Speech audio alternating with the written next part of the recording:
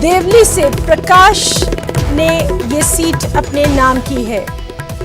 तो आपको बताएं कि आम आदमी पार्टी ने एक और सीट अपने नाम कर ली है देवली से, और एससी से हैं ये प्रकाश, जिन्होंने ये सीट अपने नाम की है। तो लगातार हम आपको अपडेट दे रहे हैं और आम आदमी पार्टी ने एक और सीट अपने नाम कर ली है।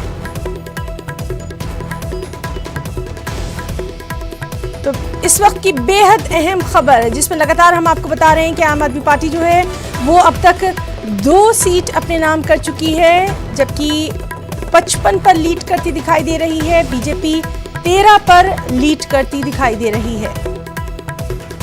तो आम आदमी पार्टी ने देवली से प्रकाश ने भी ये जीत हासिल कर ली है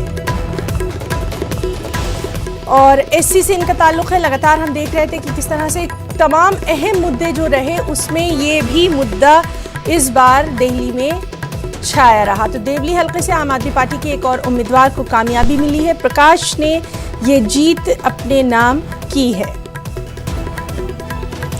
और यहां से उन्होंने बीजेपी के अरविंद कुमार को शिकस्त दी है। तो देवली से बीजेपी के अरविंद कुमार को प्रकाश ने शिकस्त दी है।